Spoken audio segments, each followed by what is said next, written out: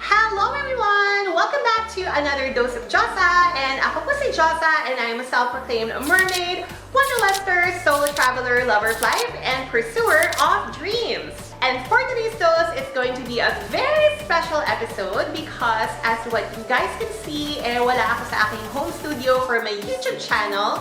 That's because I am literally hours away for my first ever solo travel since the pandemic started. That's right, that's almost 2 years of no travel, not even going outside of Metro Manila and barely hanging out with my friends. And finally today that will all change because I will be taking you guys on this journey to show you what it's like to travel in the middle of the pandemic. And I will be traveling from here in Manila, Philippines, all the way to Los Angeles, California. So medyo kinakabahan and excited ako at the same time for this upcoming solo travel. I have never been stressed and anxious for the past few weeks in preparing for this solo trip. Now obviously it's very different whenever we traveled back then before the pandemic. It's just as easy as booking your round trip ticket and then booking your hotel and then showing up at the airport. But now, since we're in the middle of the pandemic, a lot of things are very different. There are a lot more requirements to submit, a lot more tests like swab tests to pass. There's definitely a whole lot going on. Later on, I will be sharing with you what some of those requirements are para at least if you're planning to travel internationally during the pandemic. And meron kayong guidelines, so make sure you stay tuned and watch this video. So if you guys are interested to see my journey from here into here in Los Angeles, California.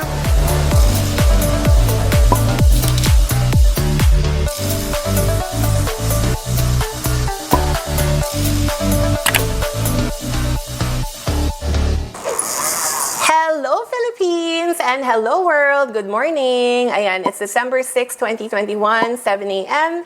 And today's a very special day because today is my flight from Manila, Philippines to Los Angeles, California. It's been 2 years since the last time I was there before the pandemic. Actually, 2 years since my last travel in general. So excited ako na kinakabahan. And I can't wait to take you guys along with me on this journey. Syempre, before anything else, we have to put on our makeup. And quick time check lang, it's around 2 p.m. and I have to be at the airport by 5 p.m. But the good news is quick and easy lang ating travel makeup for today, and I will be showing you guys my simple and easy makeup routine whenever I travel to another country. And I usually start with a good skin prep, and of course I'm using the Jeju Aloe Ice Moisturizer to make sure that my face is moisturized. And then afterwards, I use the Pure Derm Tea Tree Makeup Remover and Cleansing Towelettes to cleanse my face of any excess oil and serum. And this step is especially important because we are going to travel for, I believe, more than 16 hours. And that's a really long time to be inside an airplane. And being in an airplane, it really absorbs all the moisture from your face that leaves your skin very dry. So very important that you cleanse and moisturize before you put on your makeup. Okay, next, need natin ng pangmalakasang primer, and this time I will be using my go-to primer, which is the BLK Cosmetics Multitasking Color Stick. I love it because it mattifies my makeup and it also makes it last for a longer time.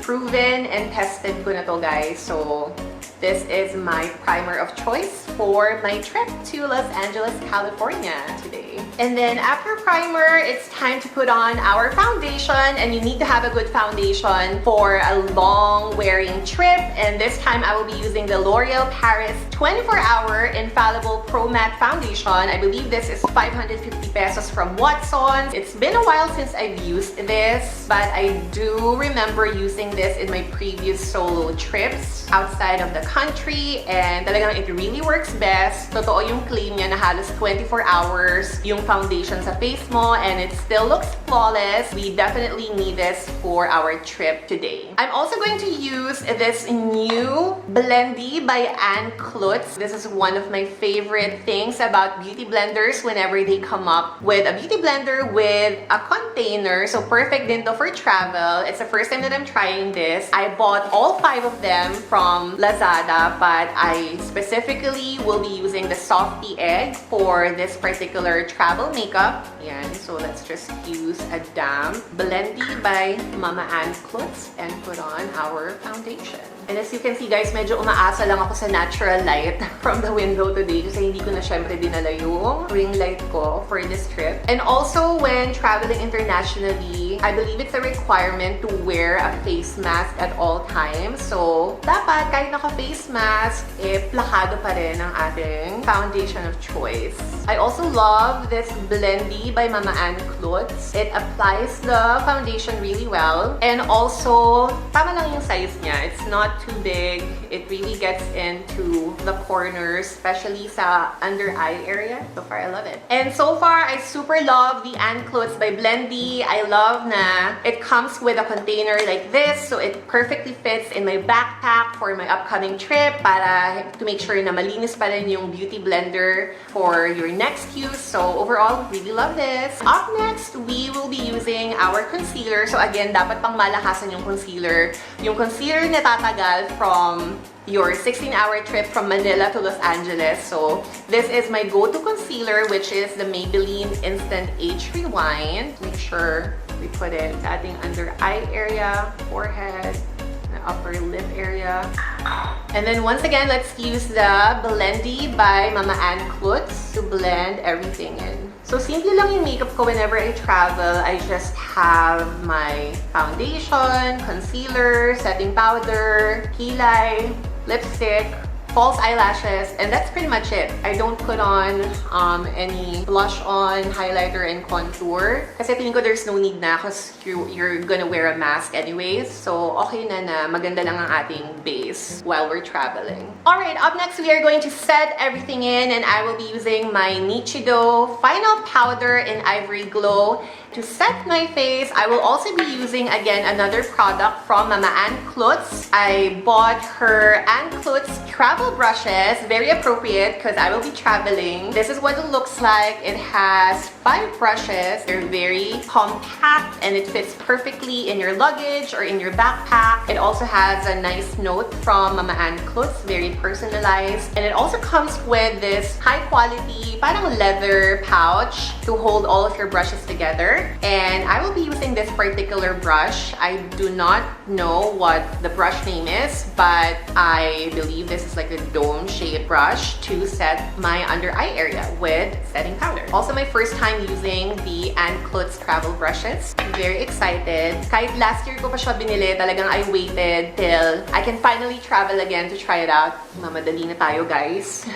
Pero dapat maganda pa din and fresh pa din pag arrive sa airport. So far, I love this brush. It's very compact, very handy. Love the application. And definitely see myself using this more whenever I travel. So love this again, Mama Ann. And then up next, we are going to do our eyebrows. And to groom my eyebrows, I will be using, once again, one of the brushes from the Ann Klutz travel brushes. Ito yung Miss Spoolie. Let's just groom my eyebrows. And then after, I will be using my go-to eyebrow product, which is the BLK Universal Brow Stick. And then share ko lang guys na this is probably one of my most stressful solo trips ever. Not because, you know, I haven't done it in almost 2 years or napakaraming requirements and so many things has changed. Pero to add to that, during my 2-week self-isolation in preparation for my RT-PCR swab test, I had my right shoulder injured. Nagkaroon ako ng tendinitis and it's condition wherein the muscle of your shoulder becomes so swollen na hindi mo siya mataas or magalaw ng any angle. And kala ko talaga makaka-affect siya sa trip ko today. I was really in a lot of pain to the point na nagpa-ER na ako. Ganun siya kasakit. it. Pero thankfully, after a week, gumaling na siya thanks to the people that took care of me and also the advice from my aunt who's a nurse from the U.S. So everything worked out. Thank goodness na nagagalaw ko na ulit ang aking right shoulder. Okay, so eyebrows are done. We're just gonna clean it up with concealer, and I will also be using once again this brush from Ann Klutz. I'll be using this angled brush to clean up the edges of my eyebrows. And so far, it's getting the job done. I normally have my own high-angled brush to clean up my eyebrows, pero this one, wow, it also does the job.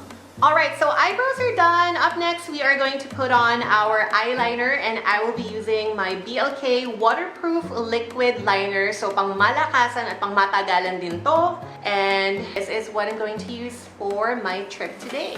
We're done with our eyeliner. So not my best eyeliner kasi nagmamadali tayo to catch our flight. Pero, I mean, it's okay.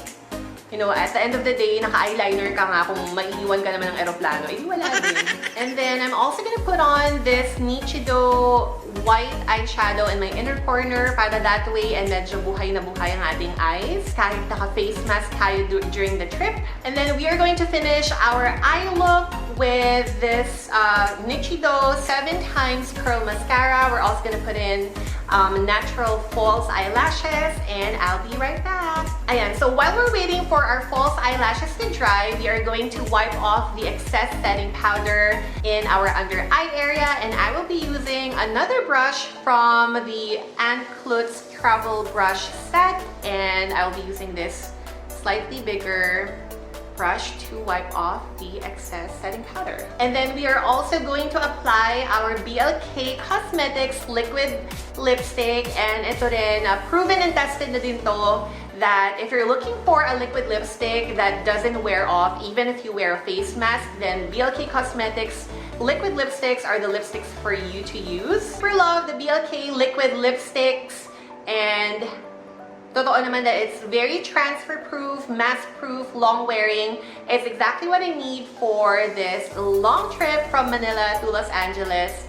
So definitely, you have to try this. And there we have it. This is my simple and easy makeup travel look. So as you can see, sobrang bilis lang niya. On a regular travel day, this will just take me around 15 to 20 minutes to complete. Pero obviously, because I'm filming, it took me longer. And then throughout the rest of my travel, I will be retouching using the Vice Cosmetics Dual Finish Foundation, one of my favorite retouching powders because of that blurring and Photoshop finish.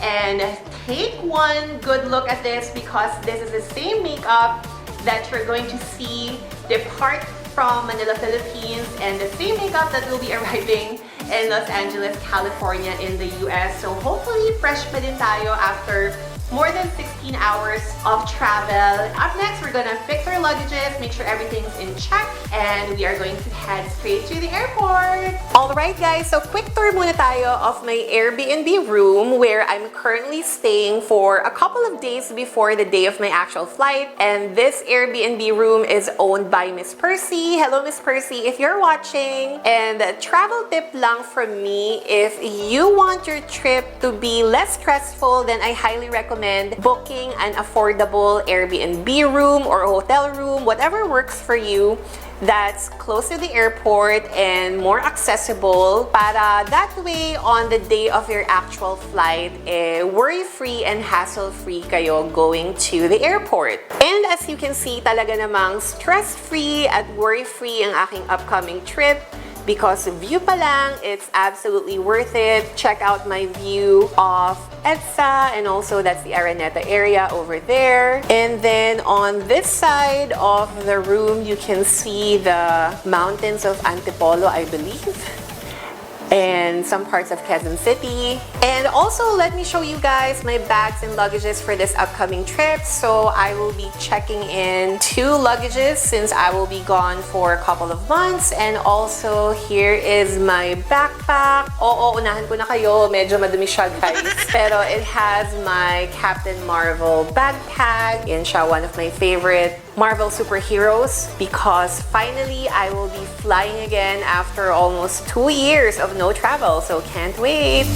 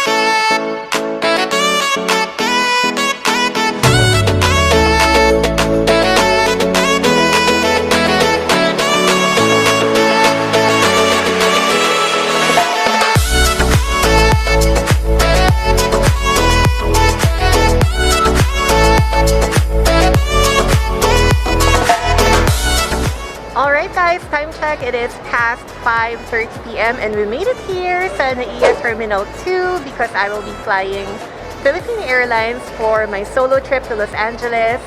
And usually the first thing that I do when I get to the airport is I pay the travel tax. So pupunta tayo sa travel tax counter para hindi na natin siya problemahin sa check-in. Here it is. This is the travel tax counter and it's around 1,600 plus pesos.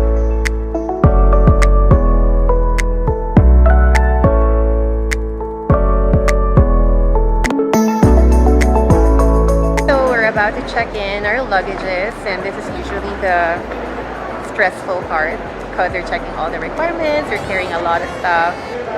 Pero hopefully after check-in, we will have a bit of a lighter day. So can't wait.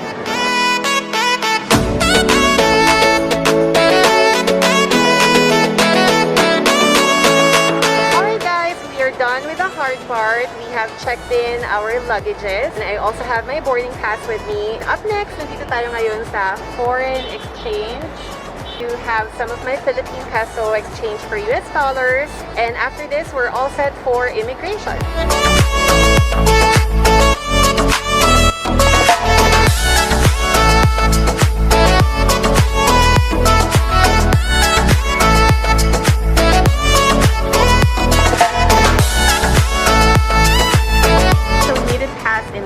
And now I'm on my way to my boarding gate.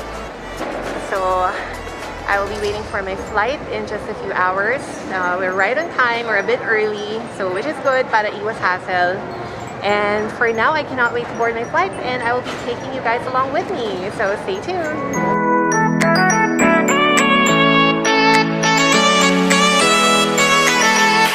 Nandito na tayo ngayon sa ating boarding gate, currently on standby and waiting for our flight.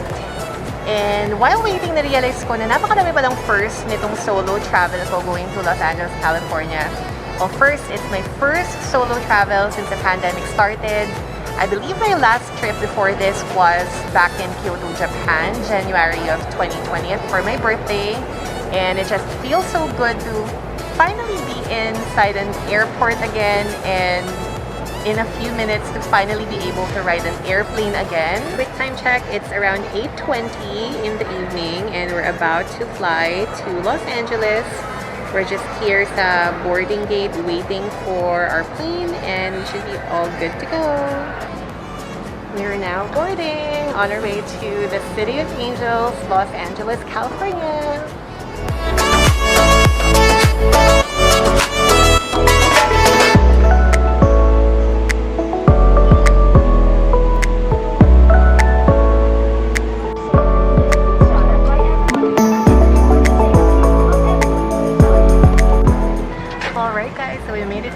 It's around 8:43 p.m.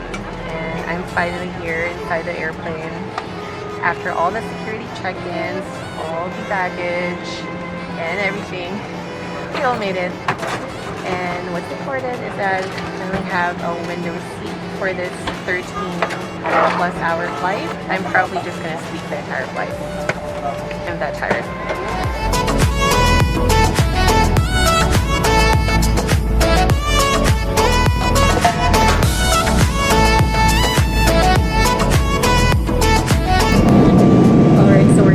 In the air and I think they're serving hot wings right now, which is perfect because I'm starving and I can't wait to eat.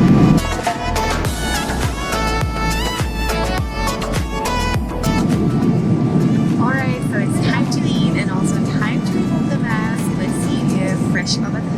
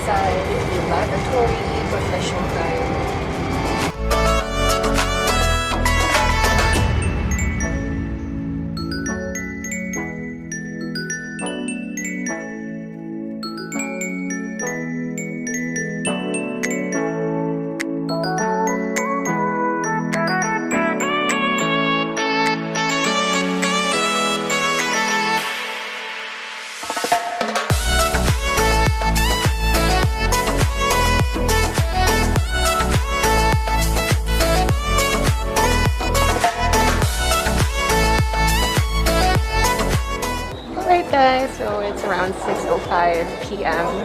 Pacific time. We just landed here sa LAX in Los Angeles, California. And I'm about to go to Immigration and Customs, and then that's pretty much it.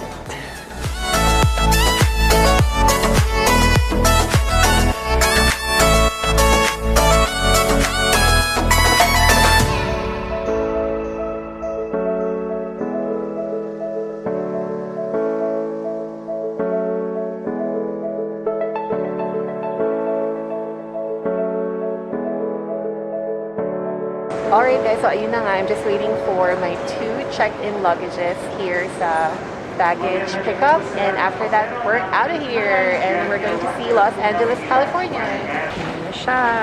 This is my first luggage. And then here's my second luggage.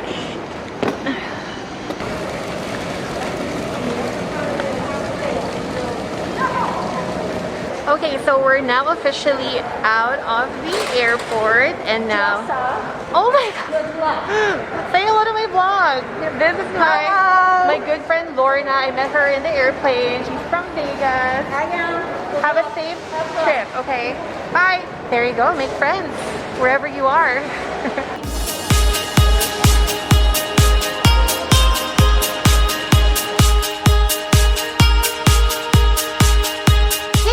So I made it safely here sa Los Angeles, California, and it feels really good to be back here in the United States after almost 2 years. And I actually landed last night at around 6:30 p.m. Pacific time, and it's now past 2:30 p.m. Pacific time of the following day. And as you can see, I'm staying over at my good friend Kumaring K-pop's house here in Los Angeles, and I will be spending the next few days here self-monitoring for symptoms of COVID-19 and also self-isolating, just to be sure that we are safe for the entire trip. Pero thankfully naman, I'm not feeling anything.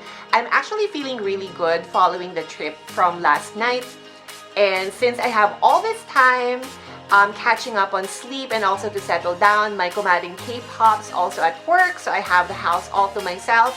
I feel like it's the best time for me to share with you some of my travel tips and also what are the requirements if you're thinking of traveling internationally, especially here to the United States during the pandemic. Okay, so let's get started with all the requirements. So the first requirement that you have to prepare is, of course, you need to have a valid Philippine passport and also a valid visa to the country of your destination before you fly out. My travel tip for this is your passport and your visa should be valid for at least 6 months after the final date of your trip. Most countries, they do not let visitors in if they're flying with a passport or a visa that has less than 6 months of validity. So guys, you have to make sure that you check yung expiration date ng passport and visa ninyo. Otherwise, you know, if it doesn't fall within that category, then it's the best time for you to renew these documents para walang aberya when you fly out. And then next requirement is you need to have a copy of your round-trip plane ticket. So I flew here to Los Angeles, California via Philippine Airlines, and I made sure that I have a printed and digital copy of my round-trip plane ticket, since they will be checking this document everywhere from the time you get into the airport to the security check-ins and to the immigration officer. So it's always best to have a printed and digital copy of this in your email, para that way you can easily access it and present it to the people that will be checking this. The next requirement that you have to prepare, and this is perhaps the most important one since we're traveling in the middle of the COVID-19 pandemic, is your proof of vaccination. And there are several ways for you to prepare this proof of vaccination requirement. Number one is, of course, your physical copy of your vaccination card from your local government unit. It should have information of your first and second dose and also your name and everything in it. And also, mine conveniently comes with a laminated protector para that way hindi siya mangarag during my trip. And then you can also apply for a vaccination certificate from the Department of Health online. I will be linking down the website in the description box below, so you can always check out the link if you're interested to get one for yourself. But this one is very easy to get. It will just take you around 10 minutes to fill up the information online. And you should get this in your email very quickly. Mine has a digital and I printed a copy for myself then, para that way I can easily present it to the people that will be checking it during my trip. If you want more proof of your vaccination, I would also recommend applying for an international vaccine certificate from the Bureau of Quarantine from the Philippines. So this can also be done online, and I will be linking down the website in the description box below, so you can also check it out if you want to get one for yourself. Most people call this the yellow passport, but it's not really a passport. It just has your information of your first and second dose of vaccine. And this one's very easy to get as well. It will just ask you to fill up some information, upload a photo of your vaccination card from your local government unit. The only challenge lang na nakikita ko for people that will be getting this is the appointment date, because a lot of the appointment dates are already fully booked. So it's always best for you to check out the nearest locations to your area, so at least you can try to get an earlier appointment. There we have it. These are all my proof of vaccination, and I always made sure that I have all three ready prior to my trip here to Los Angeles, California. And the next requirement that you need to prepare is your travel insurance. Before, when I did a lot of solo travel, hindi naman talaga ako nag-a-apply for travel insurance. But right now, during the age of the COVID-19 pandemic, it's very important to get one to protect your health and safety. And I got mine from AXA, and I applied for the Smart Traveler International Insurance Plan. And this is very easy to get. All you have to do is go to the AXA website, which I will be linking down in the description box below, so you can always check it out. And the best thing about this travel insurance is that it also covers COVID-19 expenses. AXA will also be emailing you the digital copy of your travel insurance, along with a certificate of COVID-19, para that way you have proof that your travel insurance also covers COVID-19 expenses if there will be any. Also, I printed a copy of this for myself, para that way I can once again easily present it to the people that will be checking these documents. Now, next requirement that you have to prepare is your negative swab test result. If you're thinking of flying out here to the United States, they do accept both RT-PCR and antigen tests. And Philippine Airlines has their own swab testing facility, which is the Toxicare Philippines. So it's very convenient for me to arrange it. I also paid for it online. Now, the United States requires all incoming passengers to get swab tested 1 calendar day before the date of their arrival. So in my case, I got tested last Sunday around 7 in the morning, and I will be showing you some interesting footage of me getting tested in the Philippines. And then I got my result that same day at around 1 p.m. and they will be sending you a digital copy of your test result. So it's always best to have one printed out for easy access. And overall, it was a smooth experience for me. And yes, you need to have this ready before you fly out. And then we have a couple more requirements before we wrap up this video. First off is you need to have your Philippine Airlines passenger QR code. Now, you can get this QR code by registering to the Philippine Airlines passenger information website, which I will be linking down in the description box below. And you need this QR code because they will be checking it during check-in. And also, this QR code is important if you're thinking of availing the Philippine Airlines swab testing facility, which is the Toxicare Philippines. And then you also need to print and fill up the form from the Bureau of Immigration here in the Philippines. So this is a travel declaration form, which you can also get from the Bureau of Immigration website. I will be linking down the website in the description box below. So make sure you fill it up and have this ready during check-in. And then you also need to print and fill up the 7-page attestation form from the CDC here in the United States. Now, you can get this from the CDC website, which I will be linking down in the description box below. It's a 7-page attestation form, which will require you to confirm your proof of full vaccination, that you're negative with COVID-19 when you arrive to the United States. So you have to make sure that the attestation form is updated, because for my trip, for example, they constantly update it because of this threat of the Omicron variant of COVID-19. So always make sure that you print out the updated attestation form. They will be checking this before you board the plane, and they will not let you in unless you have this requirement filled up and submitted. Alright, now we're down to the last few requirements for this trip. Next one is you need to download and register an account in the Trace app. Now, this will be a requirement when you're entering the airport on your way to your trip, so make sure you have this downloaded on your phone. And if you're thinking of going to Los Angeles, California like I did, you also need to register in the Los Angeles Travel Form website. Now, I will be linking down the website in the description box below, but it's a very easy form to fill up. It is an online travel form, so you can't really print it out.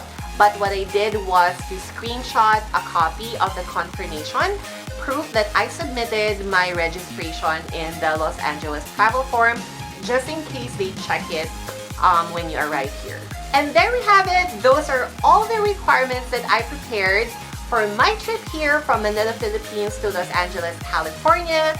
Now, I know it may seem like it's a lot. Well, it's really a lot, since traveling right now is very different during COVID-19. But the key is not to get overwhelmed with all these requirements. Preparation and organization is key, and trust me, it will be a smooth sailing trip from there. My advice is you always have the printed and digital copy of all these requirements. And also, you can buy this folder that I got from National Bookstore. It's a very easy folder that really allowed me to hold all of my requirements together and present it just in case it's needed during my trip. I would also advise you to regularly check out all the social media accounts and websites of the airline of your choosing. I constantly check the Philippine Airline website for any updates on the requirements of my country of destination, which is the United States.